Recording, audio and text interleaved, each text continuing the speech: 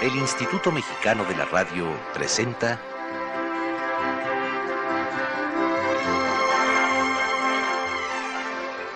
Fantasías en Carrusel.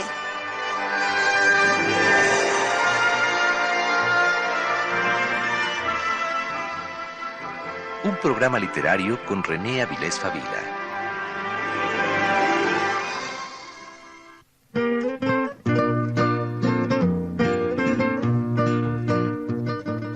Las tierras flacas.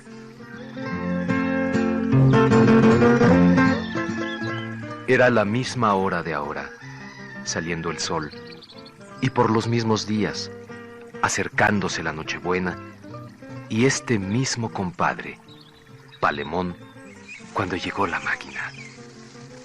Entró por esta misma puerta de trancas que parte la cerca en dos. La descargaron aquí, en el patio, entre Palemón, Rómulo y un muchacho que venía con la recua. Los gritos de Teófila desde que sintió la llegada y oyó el grito de Albricias y vio el bulto sobre una mula prieta. Los ojos abiertos y la boca de Teófila cuando con tiento y muchos cuidados bajaron la estramancia, la reposaron en el suelo, la levantaron y la metieron a la pieza enladrillada. Teófila señaló la colocación. ¡Qué saltos! ¡Qué aspavientos de la muchacha cuando comenzó el desempaque! Cuando fue apareciendo el mueble, cuando, desatados, los pedales tuvieron movimiento. Era realmente de no creerse y para llorar de gusto el ver de pronto, aquí, como una aparición milagrosa, entre tiliches viejos, un objeto tan extraño, tan fino, que ni en sueños pudo imaginarse, y que nos infundió el mismo respeto, la misma devoción y hasta el miedo con que hubiéramos dentro de la casa, llena de tiliches, algo de lo más rico, desconocido y sagrado que haya en las iglesias, y que no todos pueden ver, ni nadie, fuera del obispo, puede tocar. No recuerdo que antes o después Teófila tuviera en la vida un gozo comparable al de aquel día. El habérselo dado nos compensa tantos pesares. En las horas de amenaza nos anima.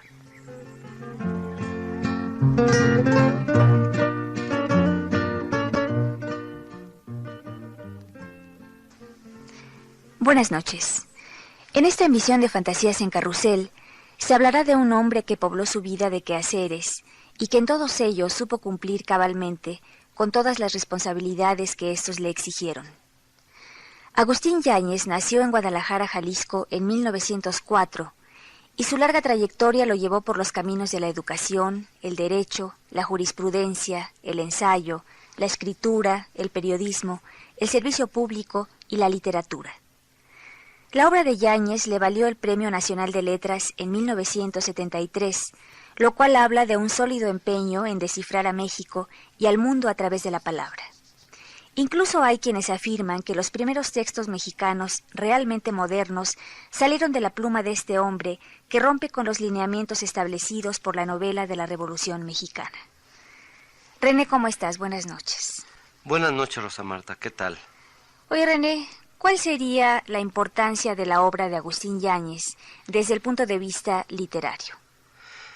Pienso que es desconcertante la importancia de Agustín Yáñez, porque Agustín Yáñez fue un hombre que, evidentemente, como lo mencionaste, se multiplicó en actividades. Fue, en efecto, abogado, político, literato, periodista, ensayista. Políticamente alcanzó altos cargos, en efecto. Fue gobernador y después, durante la gestión de Díaz Ordaz, fue secretario de Educación, lo que le valió, pues, críticas, incluso comentarios que aún ahora no han quedado suficientemente claros acerca del papel que él llevó a cabo durante este difícil sexenio. Se dice, por ejemplo, y esto lo ha mencionado recientemente Ricardo Garibay en un libro de memorias, que Agustín Yáñez presentó su renuncia ante los crímenes cometidos por Díaz Ordaz, Sin embargo, bueno, esto no quedó claro porque ni Díaz Ordaz le aceptó la renuncia, ni Yáñez insistió en ella. Sin embargo, en el terreno puramente literario, la bibliografía de Yáñez es sumamente amplia. Aunque nace antes de 1940, se puede decir que hace 52 años exactamente que principia en términos formales con Flor de Juegos Antiguos. Creo yo que es una bibliografía impresionante, pero a lo que me refería en un principio, que es desconcertante, es a que tiene una novela clave que es Al filo del agua, publicada en 1947, que es quizás una obra esencial dentro de la literatura mexicana, y después no tiene realmente ninguna obra que supere Al filo del agua. Quizás sea el único escritor en México famoso por solo una obra dentro de una bibliografía que debe ir mucho más allá de los 20 títulos. Entonces a eso me refiero cuando es una obra en términos generales desconcertante. Después de Al filo del agua escribió La creación, Las tierras flacas, Ojerosa y pintada, 3 cuentos, y ninguno de ellos fue lo suficientemente bueno como para superar algo que se considera esencial dentro de la narrativa mexicana, como es Al filo del agua.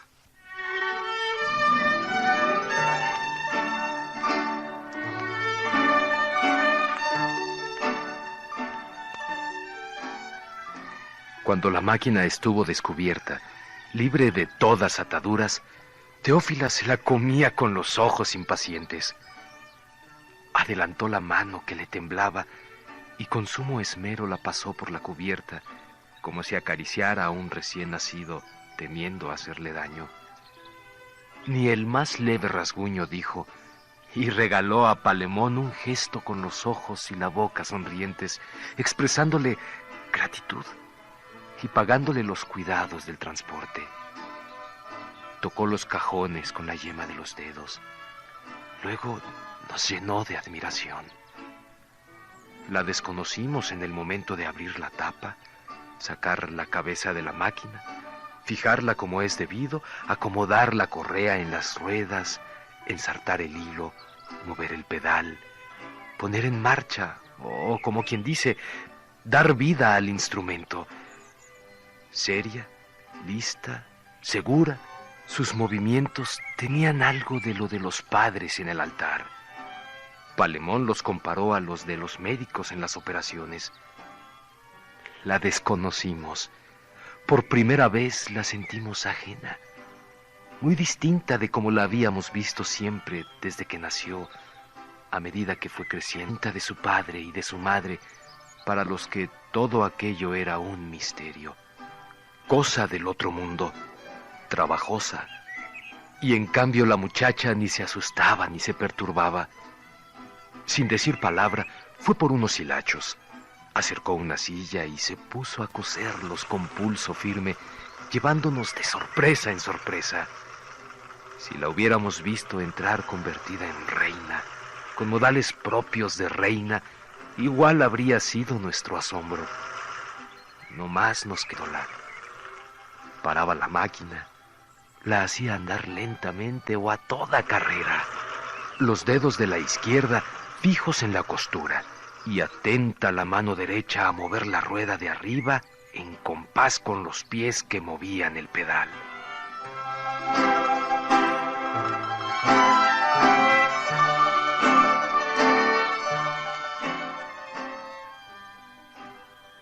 René, ¿cuál sería la diferencia entre los textos de Agustín Yáñez y los de los escritores de la Revolución Mexicana?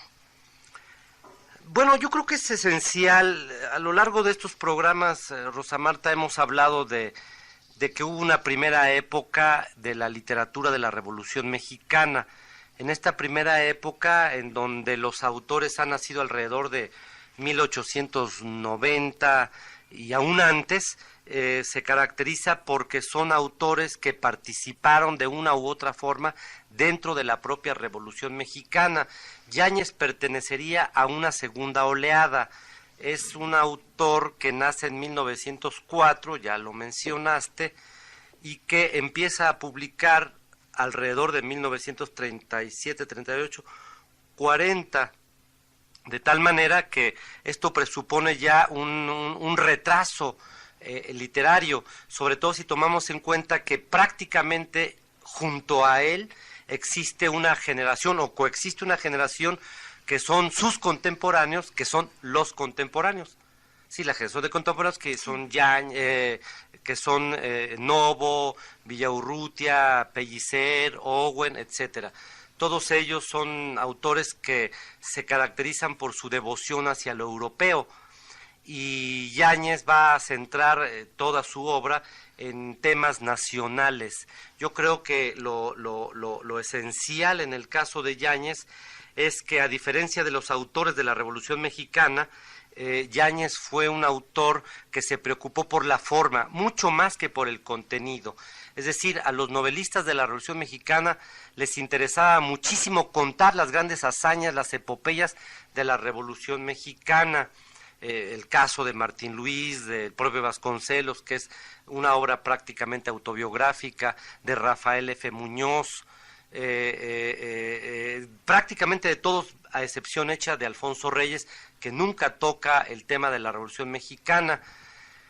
La diferencia es que él es muy niño cuando la Revolución Mexicana ocurre, de tal manera que él no puede ser protagonista. Lo que va a hacer él es una especie de testigo de segundas versiones, y quizás esto se refleje mucho más de todos sus libros, básicamente en Al filo del agua. Entonces yo creo que esto es lo que lo va a diferenciar, y lo esencial tal vez sería que Yáñez se preocupa muchísimo por la forma. Cuando Rosario Castellanos señala que la novela moderna mexicana comienza con Al filo del agua en 1947, tiene toda la razón del mundo. Antes ya hay una gran cantidad de escritores, pero todos ellos no tienen la gran característica de Yáñez, que es justamente la de preocuparse por la forma, no solo por el estilo. La estructura de Al filo del agua es muy compleja, es él le llamaba una sinfonía literaria, él tenía una gran influencia musical. Sin embargo, yo creo que lo que hay que tomar en cuenta, lo señaló Emanuel Carballo, es la presencia de Manhattan Transfer. Pero Manhattan Transfer es una novela eminentemente urbana, y el escenario es Nueva York. Aquí es un pequeño pueblo de Jalisco. En todo caso, lo que hay que ver es la afinidad estructural. Y algo que es esencial en la novela de clave de Yáñez, Al filo del agua, la revolución prácticamente no ocurre. Es decir, la revolución, y esto lo señalaron muchos críticos, da un rodeo por el pueblo en donde Yáñez va a hacer su novela, y lo deja prácticamente igual. Es decir, para Yáñez no hubo revolución.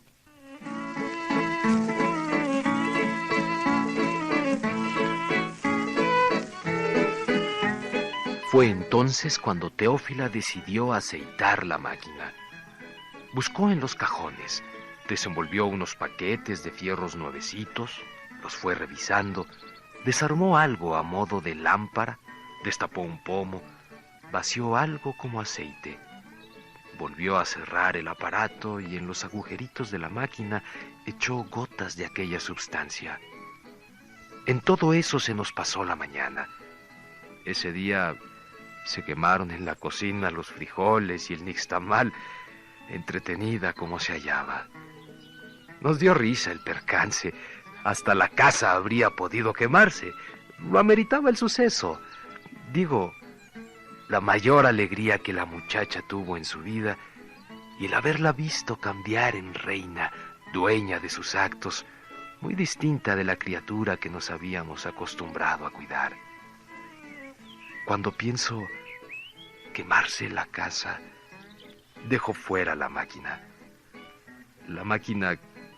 que ahora nos quieren quitar. Sería como si Teófila se nos muriera de vuelta y la sacaran otra vez a enterrar.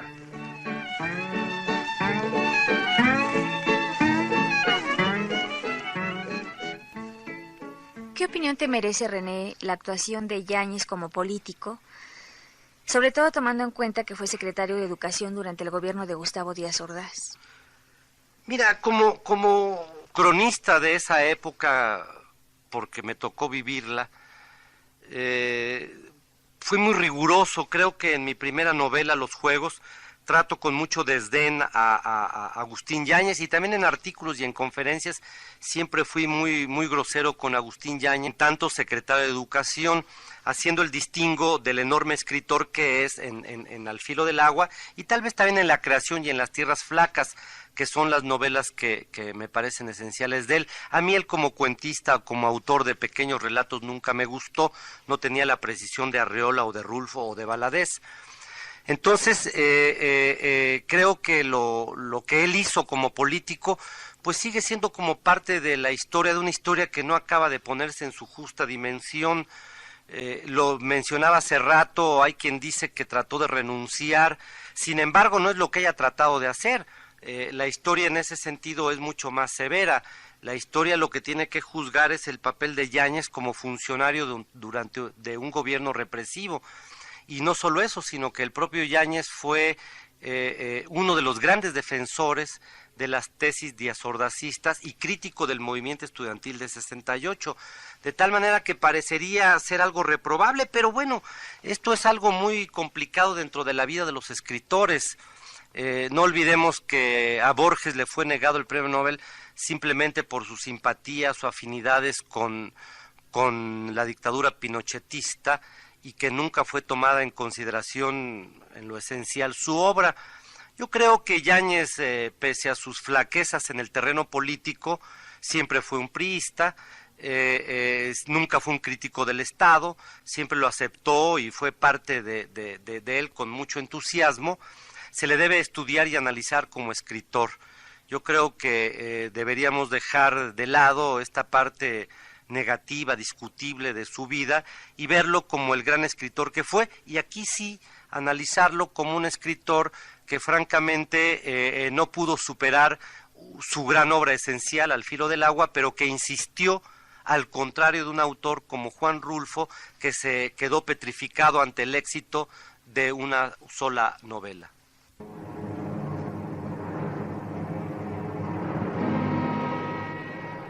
Cuán cierto es que no ha mal que por bien no venga, y que nuestro Señor saca bienes de males. Ni todo el poder, ni el dinero, ni las astucias de Miguel Arcángel dieron chispas.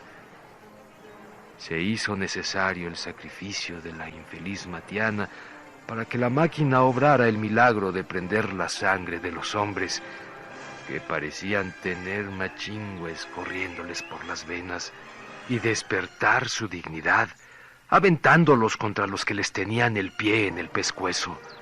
No perdían ocasión de babosearlos. Matiana, con su sacrificio, logró que la máquina se apiadara, infundiendo coraje a los hombres para recobrarla con violencia y sin miramientos de las manos inicuas que la detenían, arrebatándoselas para volverla al sitio en que la consagraron las manos benditas de Teófila. En un rato se consiguió lo que largos meses de autoridad humana no consiguieron. De refilón la máquina se llevó entre la lumbre a los azotes del llano, redujo a cenizas los lugares de abominaciones, hizo polvo las últimas murallas de sus injusticias. Frente a este castigo del enojo divino, los pobres muertos a balazos, cazados por la espalda como liebres, aparecen inocentes, por culpables que hayan sido. Ya el dicho declara: el mandado no es culpado. Lo malo es que los soldados aprendieron el camino y no vamos en adelante a quitárnoslos de encima. Librados de unos acogotadores, otros peores ocuparán el sitio. Sí, seguramente peores, porque los nuevos traen eso que mientan progreso. Y esa, según mis cálculos, un chorro de mañas muy bien estudiadas y ensayadas, además de mejores armas y dinero listo. Pero al fin es muy humano querer cambios, aunque sepamos que lo nuevo es peor, pues en resumidas cuentas, No hay mal que dure 100 años, ni buey que los resista.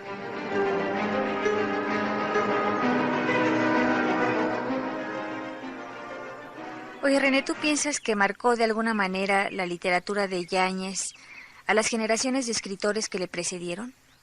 Realmente sí lo creo. Es decir, no he leído mucho sobre este aspecto que me interrogas, pero yo creo que sí marcó muchísimo a las generaciones que lo precedieron. Algunas no eran tan distantes. Yo creo que marcó a novelistas como Revueltas, que es de 14, al propio Rulfo, que es de 18, a Carlos Fuentes, que es de 28. Es decir, ya aquí hay distintas edades literarias, y creo que todas ellas, todas estas edades, todos estos autores, tomaron mucho en cuenta el enorme esfuerzo literario, formal, nos presentó en Al filo del agua, que trató de repetir ya sin éxito en las otras novelas. Incluso La creación es una novela mucho más musical, entre comillas, que la propia Al filo del agua. Pero creo que lo que vale como ejemplo enorme de Yáñez, y que lo van a imitar todos, hasta Carlos Fuentes, y tal vez hasta autores más recientes como Fernando del Paso, es el enorme esfuerzo por hacer una novela río de una gran calidad formal y con una estructura verdaderamente compleja. Hasta 1947 en México nunca se había intentado una novela de esa complejidad. Se necesita, después de Yáñez, se necesita, no el mismo Yáñez, insisto, se necesita que aparezca Rulfo con Pedro Páramo y luego Carlos Fuentes con La región más transparente, para que aparezcan libros que realmente tengan una enorme complejidad estética.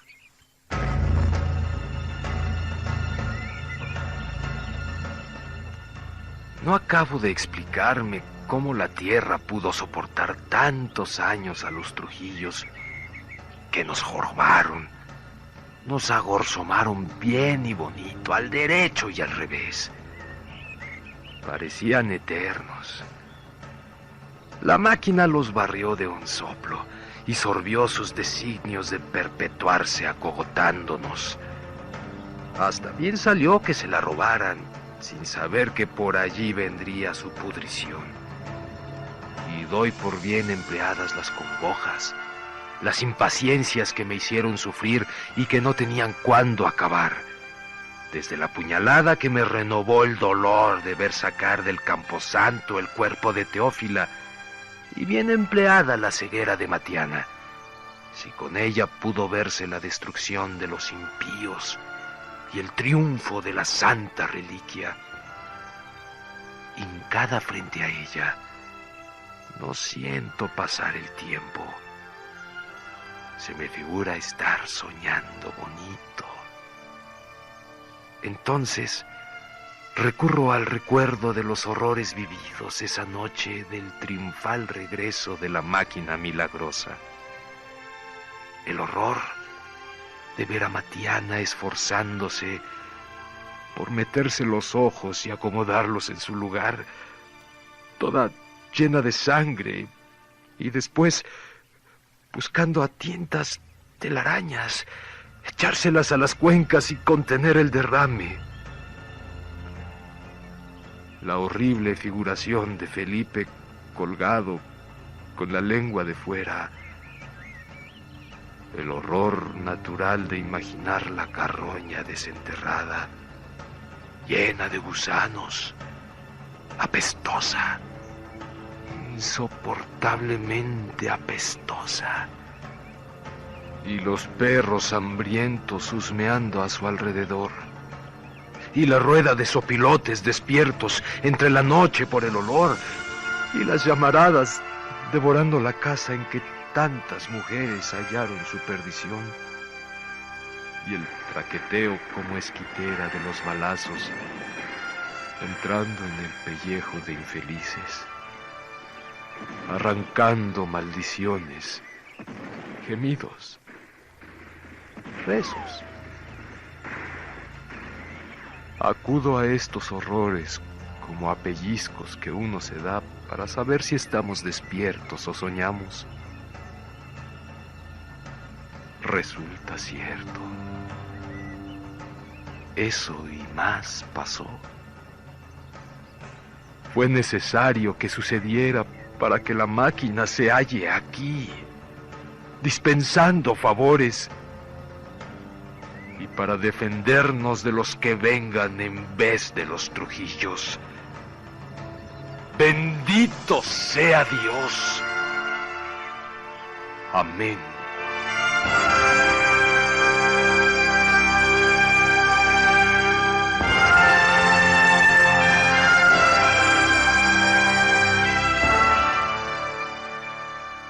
Oye, René, Agustín Yáñez muere en 1980 en un país que tiende a olvidar con facilidad. ¿Cuál sería hoy el lugar que ocupa el trabajo de este autor? ¿Tú piensas que se le sigue leyendo? ¿Sigue generando influencias entre los nuevos narradores? ¿Qué pasa con la obra de Yáñez? Esto es una pregunta complicada, no es fácil de responder. Mira, para este trabajo costó un esfuerzo enorme conseguir libros de Yáñez. Es decir, en las librerías no se le encontraba con facilidad. ¿Qué significa ello? Significa tal vez que no hay una demanda, que los nuevos lectores, que los nuevos escritores ya no lo leen. México, por desgracia, es un país en donde se descubre Mediterráneo todos los días. Pero desgraciadamente estos mediterráneos son siempre lo más inmediato, lo más fácil. José Agustín sigue teniendo una gran cantidad de lectores, mientras que el propio Rulfo ha disminuido en sus lectores. No hablemos ya de Revueltas, no hablemos más de Yáñez. Es decir, tal parece que se necesita estar vivo para estar promoviendo tu obra. Y en ese sentido, pues Yáñez, muerto en 80, ha sido relegado. Ahora, de todos modos, sí hay una influencia en la medida en que el escritor profesional, el lector profesional, no el muchachito universitario que se acerca a leer porque se lo pidió su maestro, no el curioso que vio el nombre algún día y trata de ver qué es lo que significa Al filo del agua. Hablo de lectores y de autores profesionales. Yo creo que para ellos sí es esencial la obra de Yáñez. Tiene que serlo, puesto que en efecto marca un hito en la literatura mexicana. Como lo mencioné hace un momento, podría ser el inicio de la modernidad mexicana en materia de literatura. Desde luego una modernidad muy tardía, porque si lo he comparado con Manhattan Transfer es un libro que se publica en 1925. Entonces significa que esperamos una gran cantidad de años para que nosotros tengamos una nueva literatura. No solo eso, Yáñez es tardío como es tardía toda la literatura mexicana.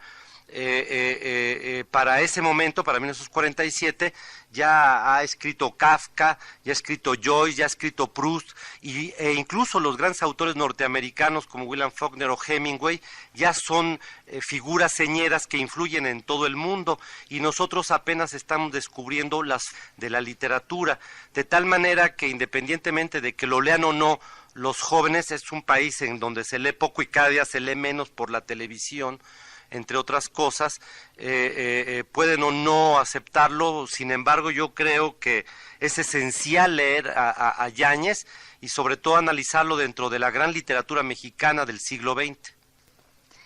René, pues muchas gracias por tus palabras. Gracias a ti, Rosa Marta. Buenas noches. Y gracias a ustedes que nos escuchan. Pero no queremos despedirnos sin antes recordarles que se aproximen a la obra de este indispensable autor. De entre sus libros destacan Las tierras flacas, La creación, Al filo del agua, Perseverancia final y Las vueltas del tiempo. Gracias.